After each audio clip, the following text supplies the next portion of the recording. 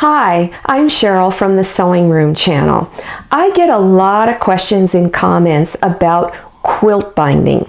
So in this demonstration, I'm going to try to clear up some of the problems and issues that you might be having, or some of the questions you have about the way I do it. So I'm going to call this my little troubleshooting on quilt binding.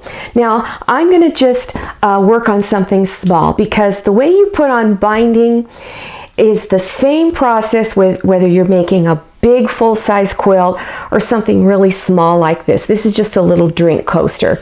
So I'm just working on this little 5-inch square. The process is identical no matter what you do. Okay, so let's start with your strips. Okay, now, the way I do my binding, I require my strips to be a little bit wider. Mine are 2 3/4 inches. A traditional quilter probably makes their strips about 2.5 inches, and there's nothing wrong with that, okay? Also, a traditional quilter, because I get questions about this, put the ends of their strips together. So if you're making a great big quilt, okay, let me get this turned around. You are probably used to putting your strips, the ends of your strips together like this, because when you're making a big quilt, you're probably going to have 4, 5, 6 strips, and they're usually put on like this, and then stitch from this corner over to that corner, okay, the corner of the other strip. Then you would cut this part off, trim it down to 1/4 inch, and then open this up. Now, the reasoning why quilters do it this way is because when you fold it in half, it's not as bulky. Okay, so that's why they do it that way. If you're used to doing it that way, there's nothing wrong with doing it that way. Now, let me show you how I do it, because I think my way is a lot easier and less complicated. All right, I just bring the 2 ends together like that. Stitch them together, anywhere from 1/4 inch to 1/2 inch. Then just finger press it open, or press it with your iron, and then fold your strip in half and press the full length of the strip. Now, it's not that bulky this way, a little bit more than the other way, but not enough to where you need to worry about it. Okay, so that's why I do it this way. Okay, now that we have that straightened out, let me show you how I put it on, because some of you are getting confused and you're not getting good results. All right, so take the end of your binding, and no matter what you're making, just place it somewhere in the middle on one of the sides of your project. Like I said, it doesn't matter what you're making. So place it down, then begin pinning it down.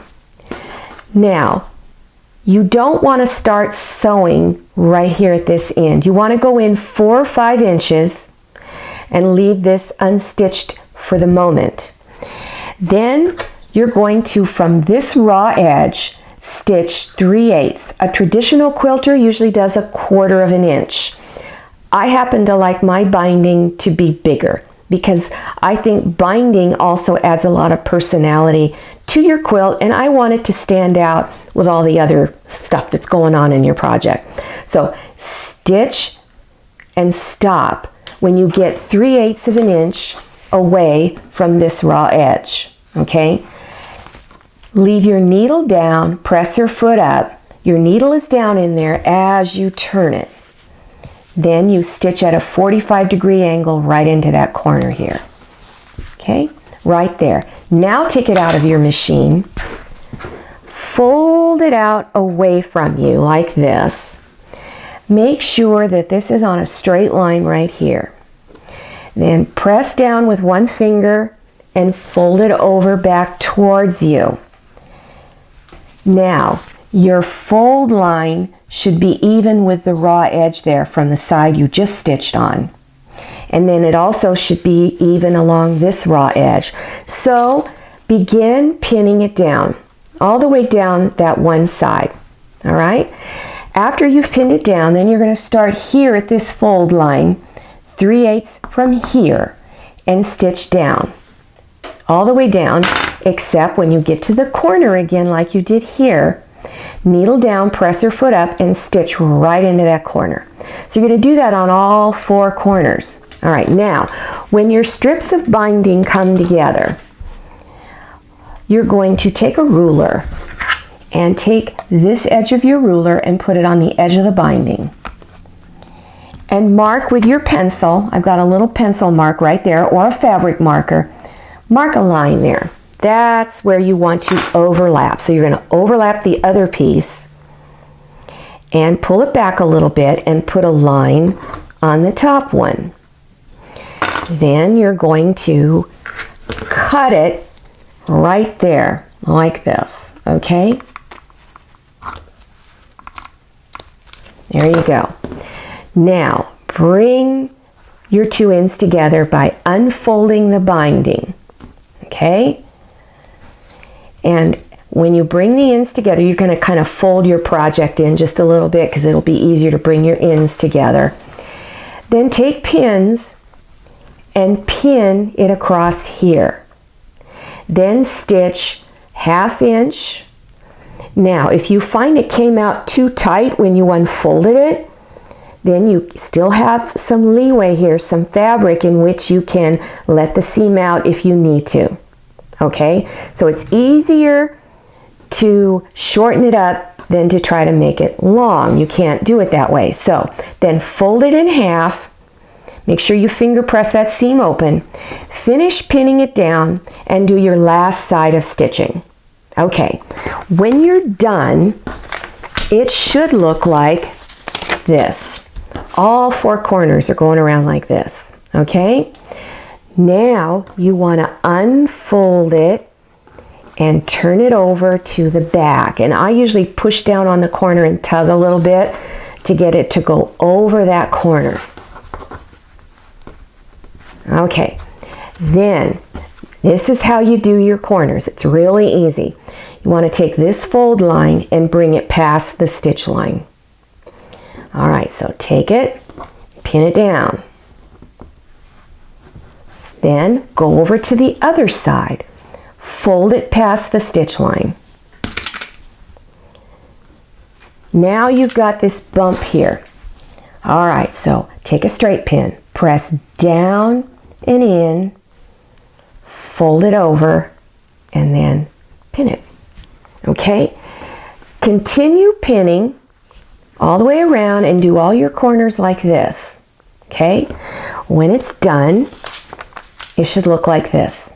Now you're ready to stitch, but before you stitch, because some of you said it's just not catching the binding as you stitch. So here's a little trick you can do. Before you stitch, before you have to go back and rip stuff out, take a straight pin, go right down there in that ditch, push it through, and if it goes through the binding, then you know you've got it in the right place. And test it all the way around just to make sure, especially if this has been an issue with you. Okay, then your last step is to stitch in the ditch. All right, so you're going to stitch right next to the binding but not on it, and stitch all the way down to this corner. When you get to this corner, leave that needle down, turn it, and stitch to the other corner, and continue all the way around. So when you're done, this is what it's going to look like on the back. Okay? All right? Now, a traditional quilter will fold it over right at the stitch line, and they'll do a blind hem stitch all along the edge. It's a very tedious process, and trust me, I got really tired of doing it that way. If you're going to be someone who's going to enter a contest, a quilt contest, you better do it this way, okay? Hand stitching it down, all right? Okay, I hope that this helped you in putting on your binding, because I said I'm always getting a question on that. All right, so now I'm Sherrill. I've got a lot more tips to give you in the future. I'll see you next time, and happy sewing.